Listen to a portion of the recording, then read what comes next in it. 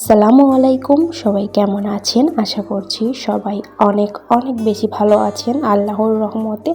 আপনাদের দোয়াতে আমরাও অনেক ভালো আছি। তো প্রতিদিনের মতো চলে এসেছি নতুন আরও একটি ব্লগ নিয়ে। যদিও বা আমি ব্লগটা দিচ্ছি কিন্তু অনেক দিন পর আজকে হঠাৎ মনে হলো আজকে একটা ব্লগ আপলোড করি। আমি যেহেতু ঢাকাতে এসেছি, আমি গ্রামের বাড়িতে ছিলাম, ওখান থেকে আমি 1 তারিখেই ঢাকাতে এসেছি। তো এখনও আমার বাসাটা সেভাবে গোছানো হয়নি, আস্তে আস্তে সবগুলোই গুছিয়ে নিচ্ছি। তো এখানে আজকে ভাবলাম আপনাদের সাথে একটা ব্লগ শেয়ার করি, এই জন্য আর কি কাজকর্ম করছিলাম। তো এখানে আমি আগে বিছানাটা গুছিয়ে নিচ্ছিলাম। দেখেন আমার বিছানার চাদরের সাথে আমার খাটের ডিজাইনের কালারটাও একদম সেম হয়ে গেছে। দেখতে আমার কাছে খুবই ভালো লাগছিল, আর পর্দার কালার যেহেতু মেরুন কালার ছিল, দেখতে আরও ভালো লাগছিল।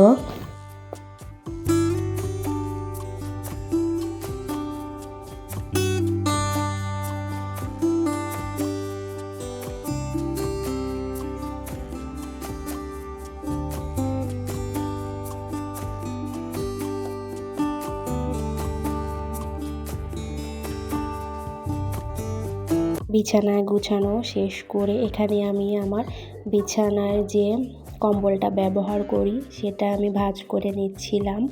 যদিও বা রাত্রে একটু কিন্তু শীত লাগে, ঢাকাতে অত একটা কিন্তু শীত এখনও পড়েনি, তারপরও রাত্রে কিন্তু আমরা কম্বল ব্যবহার করি, ফ্যান দিয়ে ঘুমাই, সাথে কম্বলটা ব্যবহার করি, ভালোই লাগে।